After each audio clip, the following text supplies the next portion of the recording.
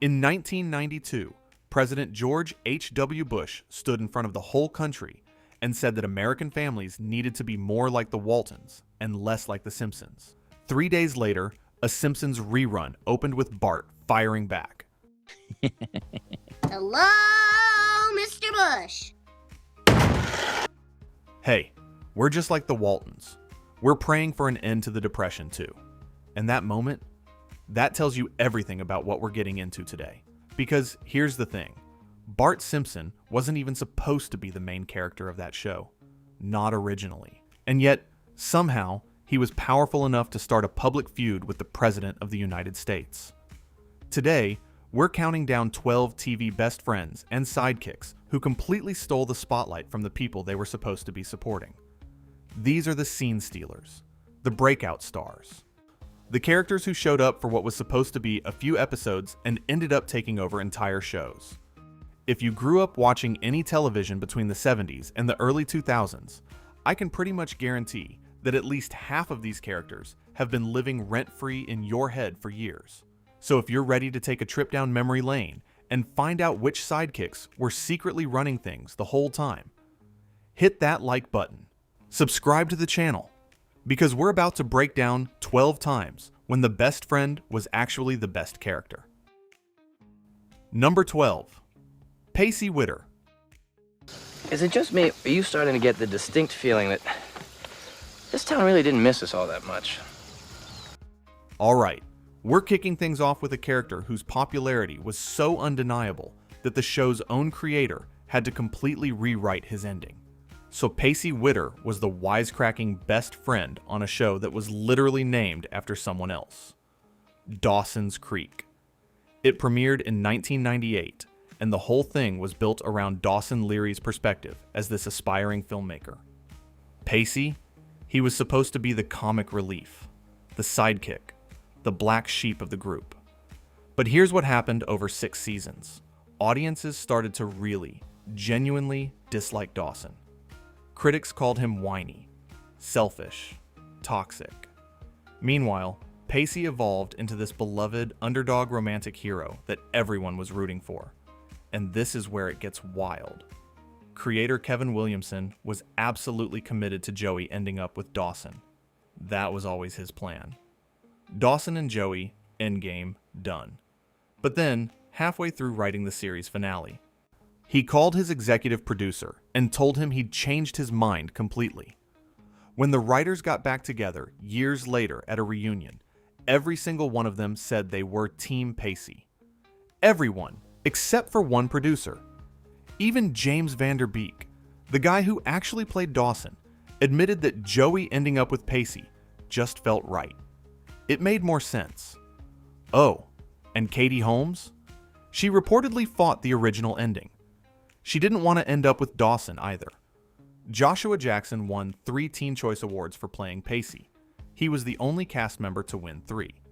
And while Van Der Beek's biggest post-Creek role was basically making fun of his own typecasting on another show, Jackson went on to lead Fringe, The Affair, and a bunch of other prestige dramas. The sidekick didn't just get the girl. He got the entire legacy of the show. Number 11. Carlton Banks. That's called leaving me hanging, because my hand is literally left hanging in the air. Now, let's talk about a character whose signature move became so iconic that video game companies were trying to sell it 3 decades later. Carlton Banks was designed to be Will Smith's comedic opposite on The Fresh Prince of Bel-Air. The writers literally described him as the character designed to be Will's biggest nightmare. This uptight, preppy cousin who was everything the cool kid from West Philadelphia wasn't. But Alfonso Ribeiro brought something to that role that went way beyond the joke. The Carlton dance is one of the most recognizable moments in TV history. And here's what's crazy. The script just said, Carlton dances. That's all it said. Ribeiro created the whole thing himself. He pulled inspiration from Courtney Cox dancing in Bruce Springsteen's Dancing in the Dark video, and from Eddie Murphy doing his impression of white people dancing in Raw. That one improvised moment became so famous that Fortnite sold it as a dance emote decades later. But Carlton wasn't just about the dance. The character got into some surprisingly heavy stuff around race and class and identity. There's this one episode where Carlton gets rejected from a black fraternity because they think he's a sellout. And he delivers this whole speech about how being black isn't something he's trying to be. It's what he is. In another episode, Carlton buys a gun after Will gets shot.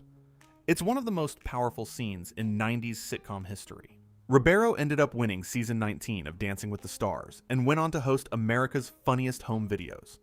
But he's also been honest about the downside. He said playing Carlton was one of the greatest roles he ever had, but it also stopped him from getting other acting work because people just couldn't see him as anyone else. That's how completely he owned that character. Number 10, Karen Walker. It's like saying that Pradas are just shoes or... Speaking of owning a character, let's talk about the supporting actress who collected more Emmys than the people whose names were actually in the title of the show. Karen Walker was this wealthy, pill-popping socialite who worked as Grace's assistant on Will and Grace, even though she definitely didn't need the job. And here's a fun detail. Megan Mullally originally auditioned for the role of Grace. She was actually reluctant to try out for Karen at all. Thank goodness she did, because what she created became one of the best supporting characters in television history. Let me give you the Emmy breakdown, because this really tells the whole story. Mullally won 2 Emmys for Outstanding Supporting Actress and earned 8 total nominations. That's more wins and more nominations than anyone else in the cast. The leads, Eric McCormick and Deborah Messing, won 1 Emmy each. And when the show came back for its 2017 revival, Mullally was the only cast member who even got nominated. After all those years, Karen was still the one audiences couldn't get enough of. And that high-pitched voice Karen uses, Mullally invented that herself. She actually used her real speaking voice in the pilot because she was worried she'd get fired if she tried the quirk right away.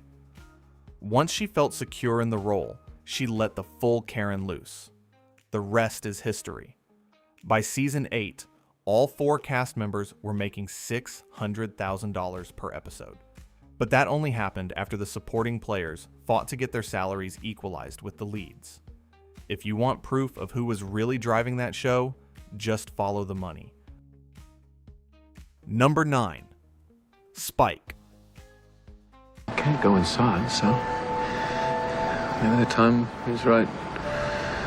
If you're gonna come outside. We're getting into a character whose survival literally required the network to step in and overrule the show's own creator. Spike showed up in season 2 of Buffy the Vampire Slayer as this punk rock vampire villain. He was signed on for 5 episodes. That's it. The plan was simple. Kill him off so Angelus could step up as the big bad of the season. Instead, Spike appeared in 121 episodes across both Buffy and its spin-off Angel. The story of how he survived is kind of legendary. Creator Joss Whedon literally backed the actor, James Marsters, against a wall and told him straight up that he didn't care how popular Spike was. The character was dead, but the network overruled him. The audience response was just too strong to ignore. Marsters won a bunch of Saturn Awards and SFX Awards for the role. SFX magazine ranked Spike number 1 on their list of the top 50 vampires in television and film. BuzzFeed ranked him number 2 out of 177 Buffyverse characters. After Angel got canceled, Whedon spent years trying to get a Spike movie spinoff made. What made Spike so special was his arc. He went from villain to reluctantly helpful vampire, to love interest, to a hero actively seeking redemption, to making the ultimate sacrifice. That's one of the greatest character transformations in TV history. Marsters played the character with way more emotion than what was actually written on the page. He figured if he leaned into the love story angle, they'd have a harder time killing him off. He was absolutely right. Oh, and here's a fun one. Marsters is American. He's from California. He learned that British accent completely from scratch, coached by his co-star Anthony Head. Number 8, Barney Stinson. There's a series of steps. From her bed to the front door. Bam, out of there. Next! Jumping ahead to the 2000s now, for a character who generated more catchphrases than pretty much anyone from his era. How I Met Your Mother was literally framed as Ted Mosby's story. He's the narrator. He's telling the whole thing to his kids. Barney Stinson was his womanizing, suit-obsessed best friend. And get this. The creators originally pictured Barney as this large, John Belushi type. Neil Patrick Harris changed everything with an audition that was so memorable he accidentally knocked over a chair and slammed into a wall, doing a dive roll during a laser tag scene. Harris earned 4 consecutive Emmy nominations for Outstanding Supporting Actor. He made Time's list of the 100 most influential people. He got a star on the Hollywood Walk of Fame. Meanwhile, Ted Mosby is consistently cited by fans as the least popular main character on the show. The Barney phenomenon went way beyond the screen. There's an actual best-selling book called The Bro Code that got released as if Barney himself wrote it. CBS ran an in-character Twitter account and blog for him. There was a Super Bowl commercial with a phone number that played a recorded message from Neil Patrick Harris as Barney. His catchphrases became part of the vocabulary for an entire generation. Legend. Wait for it. Dairy. Suit up. Challenge accepted. Have you met Ted? When Harris came back to play Barney in the spinoff, How I Met Your Father in 2023, 9 years after the original ended, fans absolutely lost their minds. Ted, who? Number 7. Alex P. Keaton. Remember when we were little kids and I accidentally ran over you with my bicycle? Yeah. I drive a car now. Alright, let's rewind to the 80s for a character who hijacked a show so completely that he literally sent a custom lunchbox to the network president who didn't believe in him. Family Ties was pitched as a show about hip liberal parents trying to navigate Reagan-era America. The whole concept was hip parents, square kids. The mom and dad were supposed to be the stars. But by the 4th episode, audience reaction to Michael J. Fox as the Reagan-worshipping teenage son was so strong that the entire show shifted around him. NBC President Brandon Tartikoff famously did not want Fox in the role. He flat out told the creators that this was not the kind of face you'd ever see on a lunchbox. The show's creator fought for Fox anyway. He argued that when you send this kid out to get 2 laughs, he comes back with 5. Then, Back to the Future became the #1 movie of 1985. Family Ties shot up to number 2 on television. And Fox? He had a custom lunchbox made with his face on it. Sent it straight to Tartikoff with a note that said, "This is for you to put your crow in." Tartikoff kept that lunchbox on his desk until the day he died. Fox won 3 consecutive Emmys for Outstanding Lead Actor. And notice that's lead actor, not supporting. The Emmys recognized reality before the show's billing ever did. Here's another fun detail. Matthew Broderick was actually the first choice for the role, but he left to do Brighton Beach Memoirs on Broadway. Fox ad-libbed the middle initial P during his audition, and it just stuck.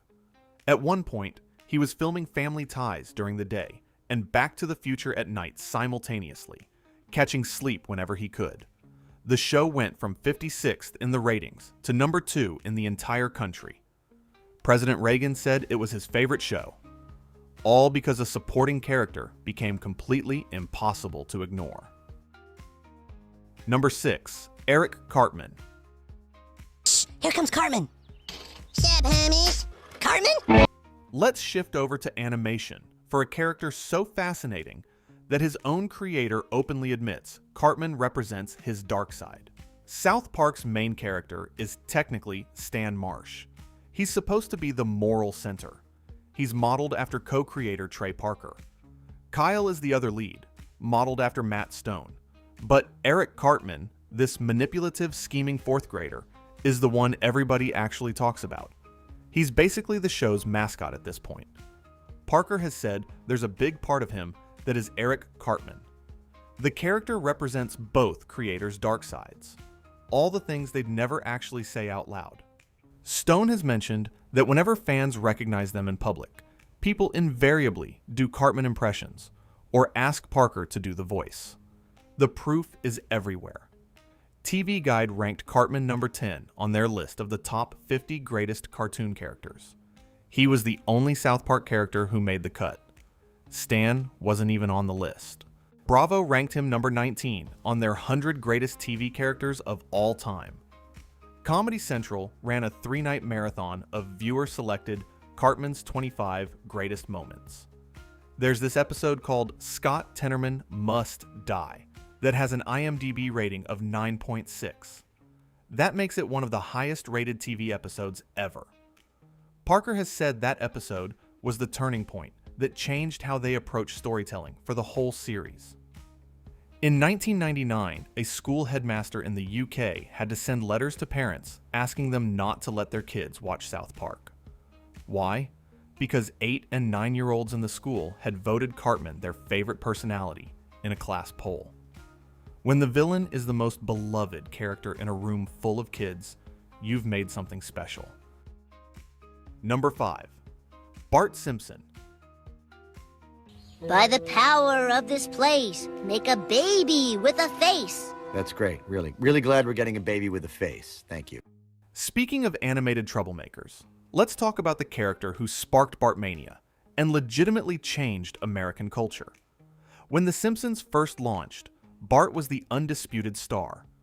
His name is literally an anagram for brat. Matt Groening chose it on purpose. By season 3, Homer started becoming more central. But that initial cultural explosion, that was all Bart. The numbers from 1990 and 1991 are absolutely wild. Simpsons merchandise pulled in $2 billion in revenue in just the first 14 months. Bart t-shirts were selling at a rate of up to 1 million per day at their peak. Schools across America actually banned Bart Simpson shirts that said things like, "Underachiever and proud of it, man." One of those banned shirts is now sitting in the National Museum of American History. Entertainment Weekly named Bart their Entertainer of the Year in 1990. He landed on the cover of Time magazine. And in 1998, Time put him on their list of the 100 most important people of the 20th century. Here's the thing about that list. He was the only fictional character on it. The season 2 premiere, Bart Gets an F, pulled in 33.6 million viewers. The song Do the Bartman hit number 1 in the UK, Australia, Ireland, and Norway. It was produced by Michael Jackson, though he went uncredited because of his record contract. Eat My Shorts started as an ad-lib by voice actress Nancy Cartwright during an early table reading. She pulled it from her own high school days. And that presidential feud I mentioned at the very beginning of this video, that's what happens when a supporting character becomes a full-blown cultural phenomenon. Number 4, Cosmo Kramer. I could do a commercial for this stuff. Now we're in the top 5, and we need to talk about the neighbor who won more Emmys than the guy whose name was literally on the show. Cosmo Kramer was based on Kenny Kramer, who was a real neighbor of co-creator Larry David. The character was originally called Kessler in the pilot because the actual Kenny Kramer hadn't given his consent to use the name yet. And here's an interesting detail. Michael Richards flat out refused to meet the real Kramer. He wanted to build the character completely from scratch. Let me give you the Emmy breakdown, because it really says everything. Richards won 3 Emmys for Outstanding Supporting Actor. Jerry Seinfeld got nominated 5 times for lead actor and won exactly 0. Julia Louis-Dreyfus won 1. Jason Alexander was nominated 7 years in a row and won 0. The supporting player dominated the awards conversation in a way the supposed star never could. Kramer's entrances became absolutely iconic. That explosive door slide. Studio audiences would burst into applause the second he showed up on screen. TV Guide ranked him number 36 on their 50 greatest TV characters list. One critic wrote that Kramer doesn't enter Jerry's apartment so much as he explodes into it. Richards figured out the key to the character over time. He played Kramer slowly in the early episodes, then realized he needed to speed things up. He started playing the character faster, so that Kramer was always ahead of everyone else in the room. He also always wore clothes one size too big to make the character seem more laid back. And we can't talk about Seinfeld Sidekicks without bringing up George Costanza. Jason Alexander based his whole performance on Larry David himself. At first, he was doing a Woody Allen imitation, but once he found out George was actually based on David, he switched to what he called a shameless imitation of Larry. His 7 consecutive Emmy nominations without a single win is still considered one of the biggest Emmy oversights in history. As one critic put it, ironically, the man the show is named after, Jerry Seinfeld, isn't usually anyone's favorite character. The Sidekicks ran that show. Number 3, Frasier Crane. Niles! Oh my God! We have now reached the character whose spin-off didn't just do well. It became the most decorated scripted series of its entire era. Frasier Crane was introduced in Season 3 of Cheers as a love interest for Diane Chambers. He was only supposed to stick around for a few episodes. But Kelsey Grammer's performance impressed the producers so much that they expanded the role. He ended up staying on as a series regular for the remaining 8 seasons. When Cheers ended in 1993, NBC built a whole new show around this supporting character. What happened next is basically unprecedented. Frasier won 37 primetime Emmys from 108 nominations. It took home Outstanding Comedy Series 5 years in a row, which had literally never been done before. The spin-off actually surpassed Cheers in total Emmy wins. A supporting characters show outperformed the legendary series that created him. Grammer personally won 4 Emmys for Outstanding Lead Actor. His co-star David Hyde Pierce won 4 Emmys for Supporting Actor. That means the spin-off's supporting player was more decorated than Cheers' entire original cast. Grammer played Frasier Crane for over 20 years across both shows. That run tied the record for longest-running primetime character, matching James Arness as Marshal Matt Dillon on Gunsmoke. The spin-off debuted at number 7 in the country, which is remarkable for any spin-off. It peaked at number 3. The series finale drew over 33 million viewers. That's what happens when a supporting character becomes so beloved that audiences will follow them literally anywhere. Number 2, Steve Urkel. He thought it was a terrible idea. Oh, typical. But you stood up for me. Right, buddy? Alright, we're at number 2. And this is honestly the most dramatic takeover in television history. A 1-episode guest star who completely devoured an entire series. Family Matters started in 1989 as this wholesome sitcom about the Winslow family. It was a spin-off of Perfect Strangers. Steve Urkel was supposed to show up exactly once. Episode 12. Just a nerdy neighbor kid who takes Laura on a date. Jaleel White was 12 years old at the time. The audience reaction was so explosive that producers immediately started rewriting their scripts. Here's how completely Urkel took over. The show was reportedly on the verge of cancellation before he showed up. After he became a series regular in Season 2, it turned into a mainstay of ABC's Friday night lineup for 8 straight years. The transformation was total. The youngest Winslow daughter, Judy, just disappeared after Season 4. No explanation. She was reportedly let go because writers needed her screen time for Urkel. White ended up appearing in 208 of the show's 215 episodes. The merchandise empire was massive. Urkel cereal, talking Steve Urkel dolls, trading cards, t-shirts, board games. The actual United States government hired White to appear as Urkel in an educational video alongside Senator Bob Dole and Speaker Tom Foley. "Did I do that?" became one of the most quoted catchphrases of the 90s. Now, the takeover wasn't exactly smooth behind the scenes. White has acknowledged that he wasn't very well welcomed by the rest of the cast. Other cast members have talked publicly about difficulties working with him. By Season 9, the original lead actress left the show, saying it had jumped the shark years before. But none of that internal drama changed the basic reality. A character who was supposed to appear once became so popular that an entire series got restructured around him. That's what a breakout looks like. Number 1. Fonzie. I would let him go unless you want to make medical history. Good choice. And now, we've arrived at number 1. The original. The template for everyone who came after. The character whose leather jacket is literally hanging in the Smithsonian. Arthur Fonzie Fonzarelli started out as a secondary greaser character on Happy Days, this nostalgic sitcom set in the 1950s.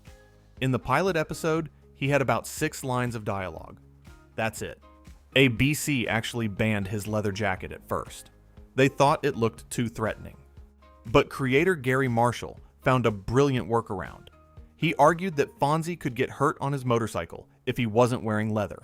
So ABC said fine, he can wear the jacket, but only in scenes with the motorcycle.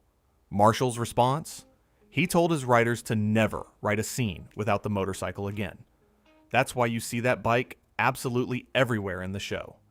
Indoors, in the diner, in apartments where no motorcycle should logically exist.